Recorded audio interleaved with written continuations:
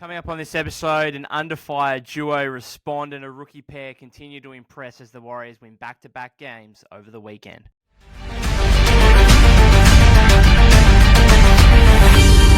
Yes, welcome back to the Golden State with Mates podcast. It's been 3 games since the last episode. The Warriors 2-1 in that stretch, a loss to the Clippers in LA before back-to-back victories over the weekend. Firstly, at home at Chase Center against the Brooklyn Nets, a 124-120 win there.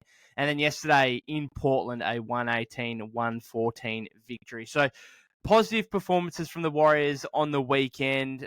Not completely convincing, but at this point, as a Warrior fan, I don't think you can be expecting too much in terms of blowout victories or anything like that, because everything seems to be a hard-fought thing for the Warriors right now. But fairly similar in terms of the path that these 2 games over the weekend took, in terms of the Warriors had 16-point leads at halftime in both games before surrendering those leads, the opposition team coming back and either tying or taking the lead in the second half before the Warriors found a way to win ultimately by 4 in both games down the stretch. So positive but not convincing. The answers in both games to the response of the comeback efforts were completely different. Obviously, on Saturday against Brooklyn, we had Steph Curry go for 16 fourth-quarter points on 7 of 7 shooting to lift his team over the line, had 37 points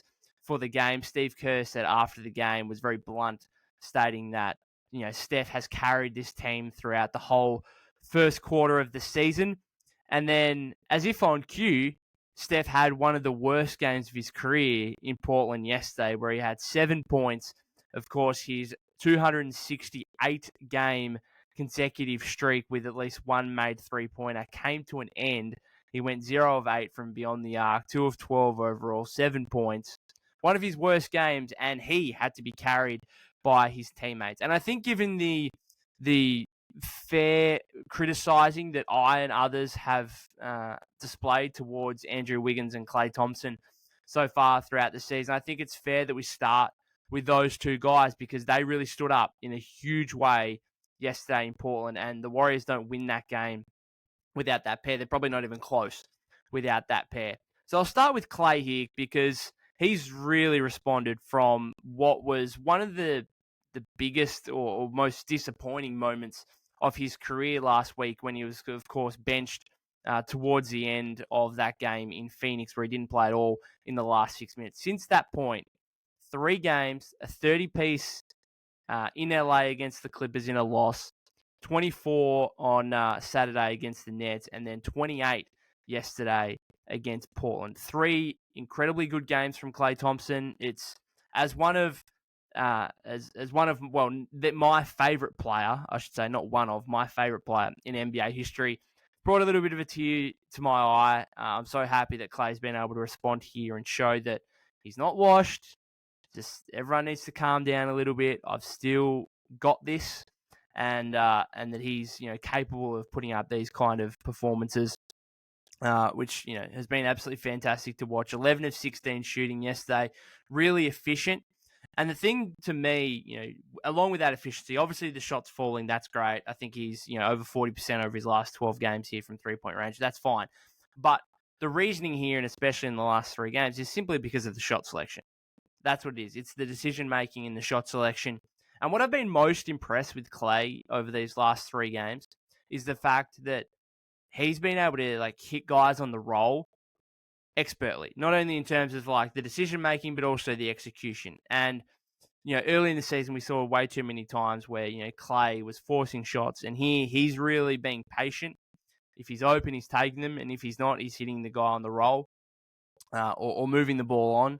And I think that's just been a really probably underrated aspect to his game here in the last 3 games. He's had a total of 9 assists over the last 3 games.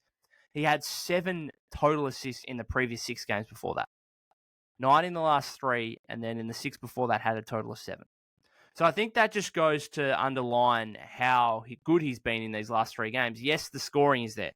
30, 24, and 28, consistent scoring performances. But I think it's actually the overall game in terms of his decision-making, his passing, his shot selection, I think, has just been absolutely elite. And, he's playing really, really well at the moment, and he deserves his props. Hit some big shots yesterday. Even, that game on Saturday against Brooklyn, like he went 7 of 19 shooting. Wasn't, great in the second half, but he still came up with 2 big shots in the fourth quarter on a couple of possessions where the Nets double teamed Steph, simply wanted to get the ball out of his hands. Klay was left wide open, and he was able to make a couple of big shots, which were obviously important in getting that 4-point victory. So full credit to Klay here. He deserves the praise because we have been hard on him so far this season.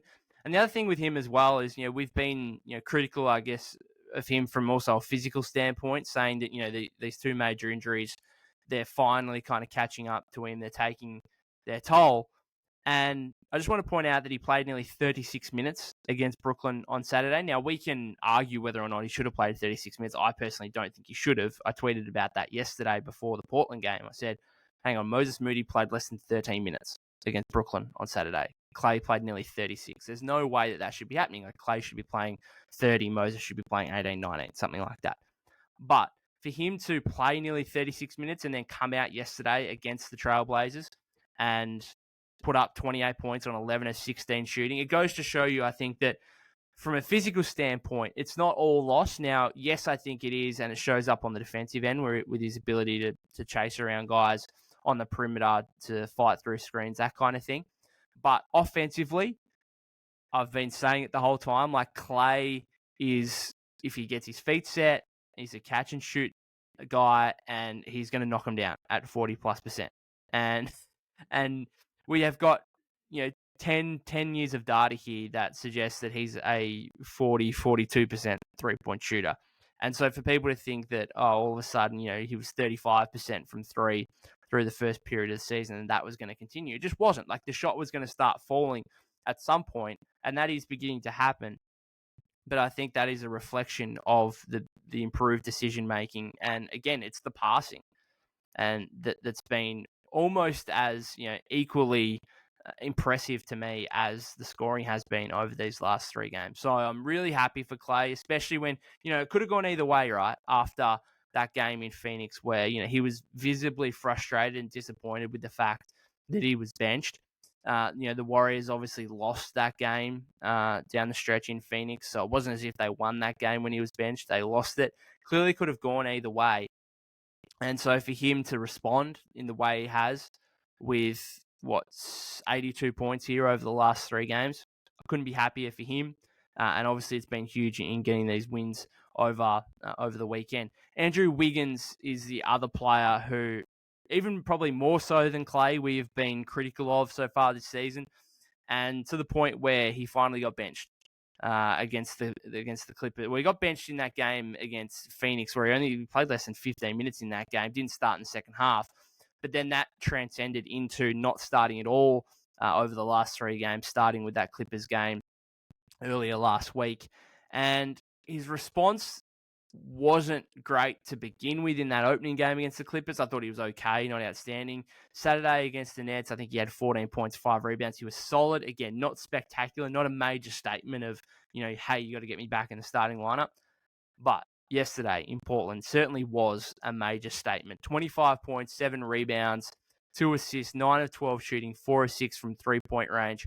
He had 10 points and 3 rebounds in the first half, but what was more important and more impressive to me was the fourth quarter where, again, Steph absolutely struggling, couldn't hit water if he fell out of a boat. Wiggs steps up, 10 points, 4 of 6 shooting in the fourth quarter, made 2 big catch-and-shoot threes as well. And again, for him to be able to step up in the way he has, or yesterday, and even like Saturday was a good game. It wasn't a notable game. As I said, it doesn't scream out, get me back in the starting lineup, but I think his general attitude to this has been really good.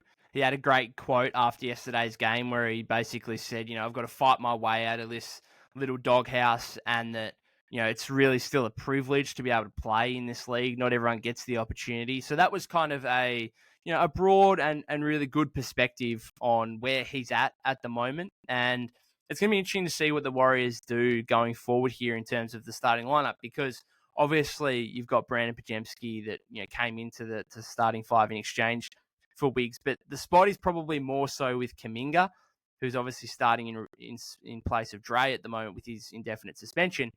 But you saw yesterday, and even in the fourth quarter against the Nets, that those two guys are operating for one spot. And Wiggs played every minute of the fourth quarter yesterday, and Jonathan Kuminga, I think, played 6 seconds, and that was a defensive possession where he actually gave up an and one to Anthony Simons, I think, late down the stretch there in the final 20 seconds. So it's going to be interesting to see, can Wiggins come back into the starting lineup for JK?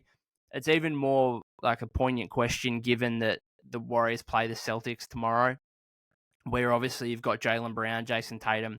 Wiggs has got that 2022 finals history against Jason Tatum where, that matchup specifically might have won the Warriors the finals, with the fact that Wiggs was able to outplay Tatum on both ends of the floor, but especially defensively, where he was absolutely elite on JT. So that's going to be fascinating to me. I think the fact that the Warriors, won both games over the weekend, I think that Steve, given the drastic change that we've seen over the last week here, I think he'll want to settle it down a bit and say, hey, we won both games. Wiggs played really well off the bench. Let's see it again. And he did say after that Clippers game that, the starting lineup at the moment with, Steph, Klay, Pods, JK, Loon, that starting five was going to get some run here, and that was going to be the starting lineup over the next few games. So how long it lasts, we'll wait and see. Obviously, it'll be determined on, when Dre's back. I think the latest report here from Shams is that it's going to be at least another 3 weeks for Draymond. But in terms of Wiggs, obviously he wants to come back into the starting lineup at some point. There's little doubt about that. He does see it as being in a little doghouse, I suppose. But the approach to it has been really good. The attitude towards it has been first class by the look of it. So shout out to him, credit to him, because again, like Klay and his benching in Phoenix, this could have gone the other way. And I wasn't particularly sure, and I suppose it's one thing that I still question with Wiggs is how much does he want it? Right? How much does he want to be that elite two-way player that he was in the 21-22 season, where he was an all-star, where he was the second best player on a championship team? Because in reality, he's done that now. He can say, whatever happens for the rest of his career, he can say, I'm a champion. I was the second best player on a championship team. I was an all-star. He's got his huge bag of money. He's now just started a 4-year, $110 million deal. So he's got his cash. So where does the motivation lie for Wiggs? Is he motivated enough to come back and re-emerge as that two-way presence that he was for the Warriors? And honestly, at times I've questioned it. You just see him out on the floor and you think to yourself, does he want it? Does he want it badly enough? And personally from experience, I know playing sport growing up, and again, I don't want to necessarily translate it to professional sport, but I know sport growing up, whenever I got demoted or dropped out of a team or whatever it was, it didn't necessarily motivate, it wasn't the biggest motivating factor for me. Most of my motivation has to come from internally, not from external sources like getting dropped from a team or getting, the coach having a crack at me or whatever it was. It had to come internally, not externally. And I think Wiggs might be a little bit similar. And I do question sometimes how much he wants it when he's out there. And it can come and go a little bit. And so this is a great start. And the attitude does seem to have been really good. 25 points yesterday is fantastic. But I think we still will see him coming off the bench over the next few games here and just trying to build that consistency, which can be hard when you're coming off the bench. Let's be honest. There's no doubt about that. But building that consistency, I think, is going to be the key to him ultimately coming back into the starting lineup. The other important thing I wanted to mention with him as well, since he's gone to the bench, 0 turnovers. 0 turnovers since coming off the bench in the last 3 games, which I think is huge. Obviously, the Warriors as a team, these last few games, the turnover issues haven't necessarily been there. I mean, over the weekend, I think they had 14, 15 turnovers in both games, which is still, a fair amount, but it's, good for the Warriors. It's fine. It's not, jarringly bad. The foul issues haven't been there. They haven't been jarringly bad like we've seen at times this season. So, for Wiggs to come in and not have, his careless, unnecessary turnovers, which I think, what was the game? Was it the game in Phoenix? No, it was the game before Phoenix, I think, or something like that, where he had 5 turnovers or something, or 6, 7 turnovers, whatever it was. And I was just like, how, with a guy that's got the ball in his hands as little as you do in terms of a usage rate, how do you have that many turnovers? It doesn't make sense. But it's good to see him bounce back and just be still like assertive, right? And I think that's when the turnovers can come, is when he is doesn't, he's not single-minded in what he's doing, and he is questioning, what he's doing out there, what his role is sometimes, and what he's supposed to be doing on the floor. And I think that can happen with him. It can happen with JK. It can happen with any player, really. So just being assertive, he's been aggressive, getting to the paint on a few occasions. Had a nice few finishes at the rim. I've been critical of his lack of finishing at times this season. I think it's been really poor for a guy that's supposed to be as athletic as he is. However, I do like it as long as he's getting to the rim, as long as he's trying to, as long as he's getting to the paint, driving. I think the Warriors are a better team when he's doing that, and hopefully he can finish most of those off. If he doesn't, then again, I still that game against I think it was the Clippers on Thursday. I think he was 4 of 9 shooting or something like that. He missed some layups where you're just like, come on, like, what are you doing? But again, I was impressed with the aggressiveness, the assertiveness, especially given that was his first game off the bench. So positives for Andrew Wiggins. Let's hope it can continue. The other two players I wanted to speak specifically about on this episode are the two rookies. And we'll start with Pods because he had the biggest and best play of the game yesterday, where the Warriors, were up 16 at halftime, went up 22 early in the third quarter, and then just blew it in the space of 7 or 8 minutes. And all of a sudden, Portland were back, tied the game. The Warriors go back up, I think, 11 in the fourth quarter, and then the Trailblazers come back and have a chance at the end. So Steph really summed up his game, misses a second free throw that would have extended the lead to 3. The Blazers have about 10 seconds, and they choose not to take a timeout. Shaedon Sharpe flies down the other end of the floor, goes in for the potentially game-tying layup, and Pod steps in front. And as he does, takes the charge and scored an offensive foul, Warrior ball. And then he actually seals the free throws on the other end as well to make it a 4-point lead at the end there. So I tweeted this out after yesterday's game as well. How many rookies can come into the league and say they are legitimately the best at one aspect of the sport within 26 games of their career? Like the best in the league at something within 26 games. That is what Brandin Podziemski is. He's the best charge drawer in the NBA. And I have little doubt about that. He might end his career as the GOAT charge drawer, which sounds a bit funny to say, but it's important. It is important, and we saw it yesterday on that final play. His ability to step in, to time it, to read the play, and then also just put his body on the line. Like Shaedon Sharpe, 6'5", 6'6", going at 100 miles an hour. Like, that takes guts to be able to do that, let alone actually read the play and make a decision in your head that you're going to do that. So for him, the impression that he's making here over the first quarter or so of his rookie season has been unbelievable. And now he's a starting player on a team that is not good by any means right now. They're 12-14. However, this team still has championship aspirations. I have no doubt about it. They still have championship aspirations, and yet they're starting a 20-year-old rookie. It's just his ability to do a heap of different things. So he scored 4 points on Saturday against Brooklyn, didn't score the ball well, didn't shoot the ball. I think he was 2 of 11 from the floor. And yet I still thought he played well.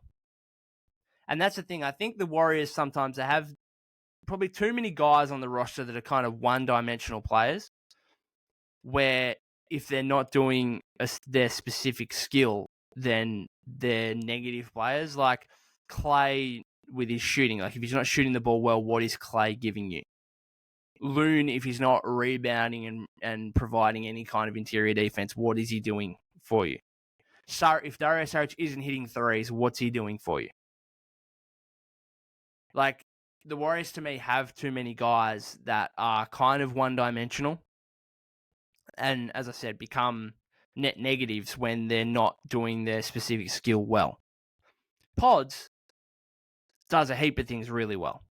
And so even when he's not scoring or he's shooting poorly like he did on Saturday against Brooklyn, he can still impact the game, and Steve's still going to play him for like 30-plus minutes because he can impact the game in a number of ways. And these are the kind of stats, I suppose, that reflect that. So he's scored in double digits in 6 of his last 8 games. So he can score the ball. And like I've been impressed with some of his finishing around the rim.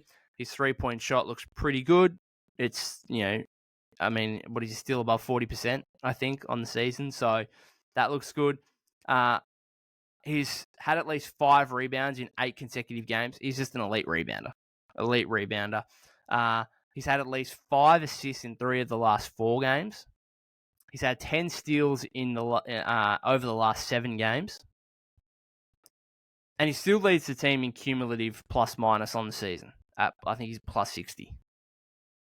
So I think that just goes to show he's one of the most impactful players on the team. It's got to a point where Steve was like, I've seen enough. Like, he's got to be starting. He's got to be playing like 30 minutes a game.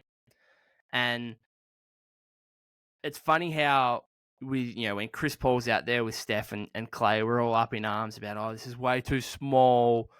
3-guard lineups, they don't work. And yet when Pods is in there, I haven't heard boo about it. And that is because, one, he's an elite rebounder. And so he's not really playing like a guard defensively because he rebounds the ball at such a high level. And because he's willing to put his body on the line to take charges, he's willing to fight over screens out on the perimeter. Like, just affects the game in so many ways that it allows you to get away with perhaps being a little bit smaller. And then, of course, you obviously got JK in there as well, who provides a little bit more size and athleticism than even what Wiggs was bringing, even what Dre was bringing to a degree. And I think JK's rebounding has been pretty good over the last few games here as well. So that lineup, I think, is working to an extent now. Looney is the one that's maybe holding that lineup back a little bit. And when, before that Clippers game, it was announced that JK was starting alongside Loon, I initially had serious question marks on whether that would work. Again, the spacing issue with those two. And I think Looney in the spacing issues with like a lot of guys. Like, there was a couple of times, I'm not sure if it was against Brooklyn, where JK drove and then all of a sudden Loon's man is there. And Looney's just sitting below the rim and not really being a threat whatsoever. And JK all of a sudden is having to go up against 2 guys, and it's like, what are we doing here? And then there's another one yesterday, first quarter. This was like almost the play that I remember most about yesterday's game, apart from the Pods charge draw, I suppose, at the end. But there's a play, I think the Warriors might have got a score out of it, but I can't even recall the end of the possession, where JK was posting up. I think he had a slight mismatch against Anthony Simons. He's posting up, and then DeAndre Ayton just came in like double teamed and wasn't even looking at where Looney was. And Looney was just like sitting out in the 3-point line. And I don't want to sound disparaging here, but he was being useless in that moment. He was being useless. And anyway, JK ends up kicking the ball out to him. I think he went into a dribble handoff with Steph. The Warriors might have actually scored out of the possession. But you can't be reliant on, okay, we're just going to let Loon just chill out in the mid-range area or at the 3-point line, and then we'll kind of, let the double team come, and then we'll go into a dribble handoff or something like that. Like, that's just not good offense to me. And it was jarring that JK was posting up Anthony Simons and DA had no interest in where Looney was whatsoever and just wandered over to double team JK. And Loon was not being able to take advantage of that. And so this transitions into, obviously, the last player I want to speak about, and that's Trayce Jackson-Davis, who was mightily impressive yesterday. Worth mentioning that he didn't actually get an opportunity. He wouldn't have got an opportunity if it wasn't for Dario Saric's 3 fouls in the first half. So I think he starts the second quarter, or comes in the second quarter, plays the rest of the first half, which I was surprised about. He played kind of 5 or 6 minutes, and I thought, he's going to take him out here and Loon will come back for the last few minutes. No, he kept him in Steve kept him in for the end of the first half, which I thought was big, and it was great. Now, he should have done the same in the second half. He came in, started the fourth quarter, played nearly 9 minutes in the fourth quarter, and then Loon came back in for the last 2:40, I think it was, of the game, when I think Trayce just should have closed. I think he deserved that. Just stuffed the stat sheet. 14 points, 8 rebounds, 3 assists, 2 steals, a block, and was +8 in less than 18 minutes. Unbelievable. And I think when you've got two guys, you're starting two options in terms of Loon and Saric off the bench. When those guys are a major liability on the respective ends of the floor, Loon is a major liability offensively and Dario is a major liability defensively. When you've got another guy there who can give you stuff on both ends of the floor, you are doing yourself a disservice if you are not utilizing him. You really are. And so he just has to play. I'm sorry, and I know it's difficult. I know there's like 12 guys on this roster that can play, and maybe there's 10 now with GP2 and Draymond out at the moment. I know it's difficult. And I know that Steve likes the IQ, the consistency, I suppose, the experience of Loon. I get it.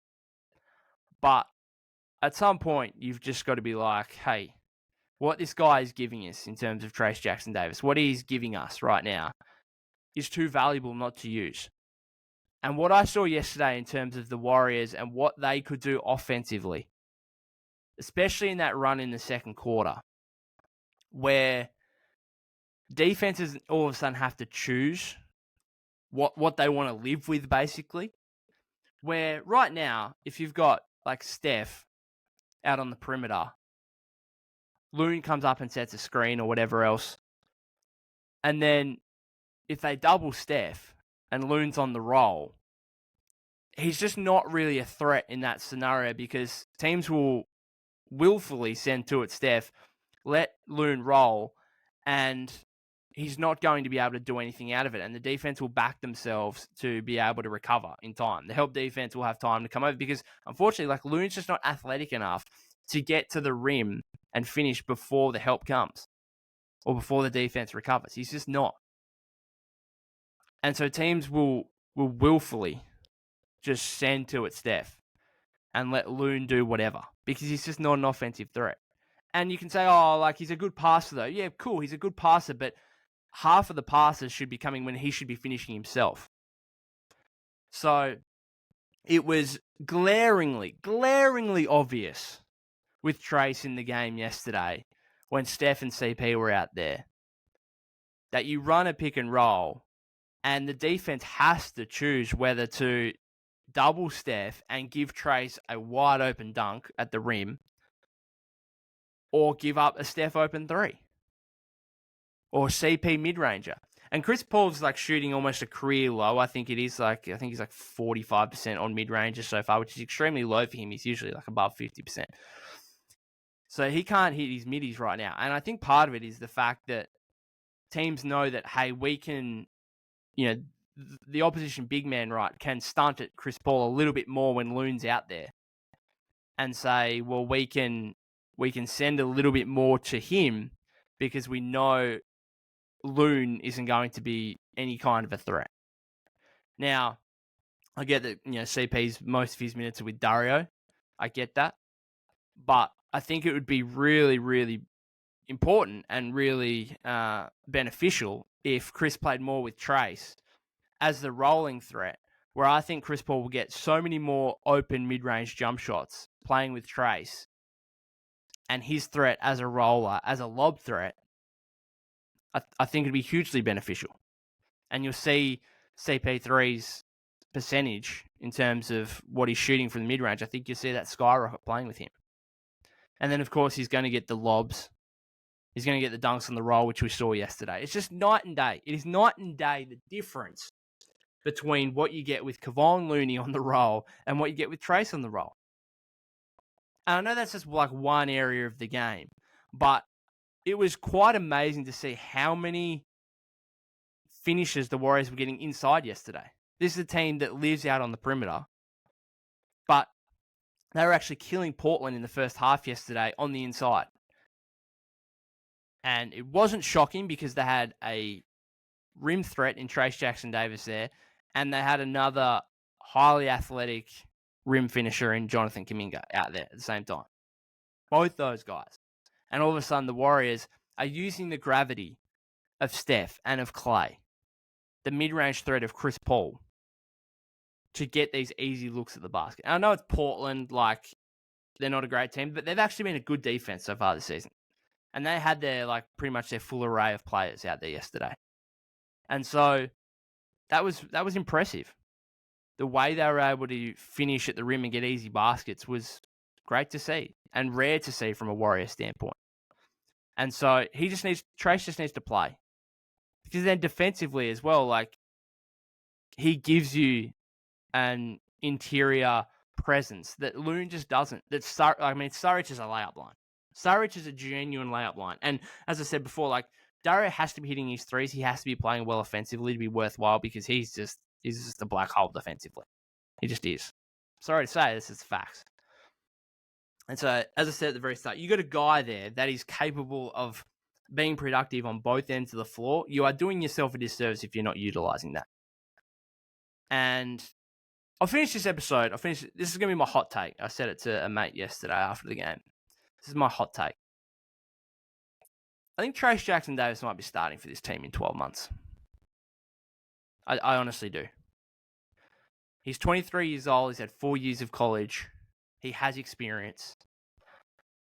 He's barely played at all over the last few weeks, and he comes in and has 14, 8, 3, 2, and 1, plus 8 in less than 18 minutes. Just imagine, like, you give this guy 15, 20 minutes here and there.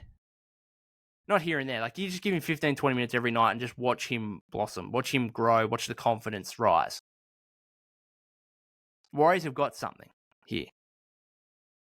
And I know it's hard to say, but we're already playing another rookie in pods for 30 plus minutes, and we got JK and Moody as staples of the rotation.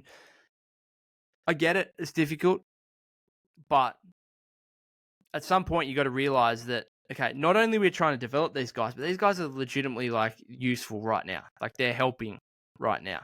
They're actually worthwhile players that Steve needs to play. And so that's my hot take. I think he might be starting within 12 months. I'm not saying Trayce is a better player right now, but Looney's plateaued. Like, Looney is really struggling here. Now, the Clipper game and the Brooklyn game, he played, I think, 25 minutes. Other than that, the previous 5, and then yesterday he's played less than 15 minutes. I would actually, and I've got an article coming about this in about 3 hours, I would just rest him a game.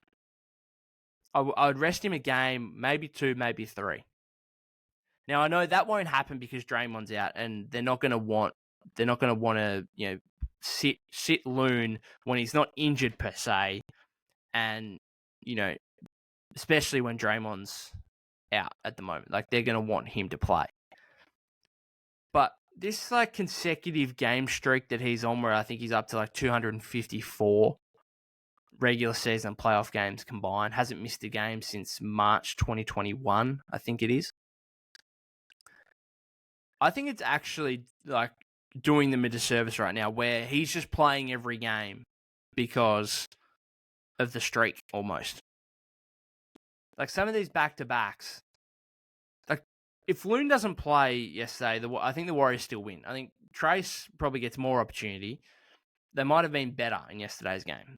They might have won by more. Trayce might have put up 20. I just think that Loon could probably have some games here where he rests, where he doesn't play. And I think the production levels you're going to see are going to be very marginal between him and what Trayce could give you. And that's not, I'm not trying to be disrespectful to Loon here in any way, but it is glaringly obvious what Trayce can give you in comparison to Loon. It's glaringly obvious, and I think the Warriors need to utilize it. And I think they will.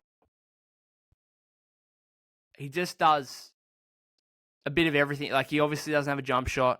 He's not overly big, so there's some limitations there. I get it. But, like, you could even say, Looney's a better passer on the roll, like, better decision maker. TJD showed in college, like, he's a good passer, willing passer. He had a pass yesterday where he's on the roll, and it was a beautiful touch pass to Wiggins for a corner 3 in the fourth quarter. He didn't even grab the ball. It was just like touch pass, bang, straight to the corner, bang, 3. Thanks for coming. Like, he's a good, willing passer. And even, like, with him and Kuminga out there, like, you can say, oh, the same spacing issues as him and Looney. No, because, like, he's actually a vertical threat. And you probably don't remember this yesterday, but there was a play where JK was on the drive and he actually lobbed. He threw a lob pass to TJD, who, like, guided in the layup, except it didn't count because JK got fouled, and he got fouled on the pass. But just, like, the vertical spacing threat of TJD is enough of a threat with him and Kuminga out there, as opposed to Loon, who, like, JK's driving some of these times, and Loon's just there and his man's there, and it's like, now we're in an absolute crowd. So, anyway, couldn't be more impressed with Trayce Jackson-Davis yesterday. Couldn't be more impressed with Brandin Podziemski and what he's doing over the last 7 or 8 games. Become a huge part of this team, and quite crazily so, given what we've seen in the past with Steve and his attitude towards young players and not wanting to play them and trusting in his older veteran players. All of a sudden, we've got a rookie coming in and he's almost a guaranteed 30 minutes a game. It's quite extraordinary. But anyway, we'll finish up there. Thank you very much for listening to this episode. If you've made it through, if you haven't subscribed to the YouTube channel already, that would be greatly appreciated. You can follow us on Apple Podcasts and Spotify. You can follow me at POK252. That's POK252. On Twitter, you can leave me any comments there or on YouTube. It'd be fantastic to continue to interact with you all. Hopefully, the Warriors can get another win tomorrow against the Celtics, the league-leading Boston Celtics. It's going to be a huge game. Not overly confident because I think, like, Boston have the best top 6 in the league. They're arguably, probably right now, the best team in the league. The one thing I will say is that if the Warriors are to win tomorrow, then it does make me wonder whether or not the Warriors have something over the Celtics after the 2022 NBA Finals. I just putting that out there. That's on my agenda if the Warriors win tomorrow. Just because if you go back to the 2 games they played last regular season, the Warriors belted the Celtics at Chase Center. I think won by 20, 30 points. And then in the other game at TD Garden, it went to overtime. The Celtics won, but the Warriors should have won that game. The Warriors should have won, and it went to overtime. And, you know, the Celtics were a better team than the Warriors last season, and they are a way better team this season so far. But who knows?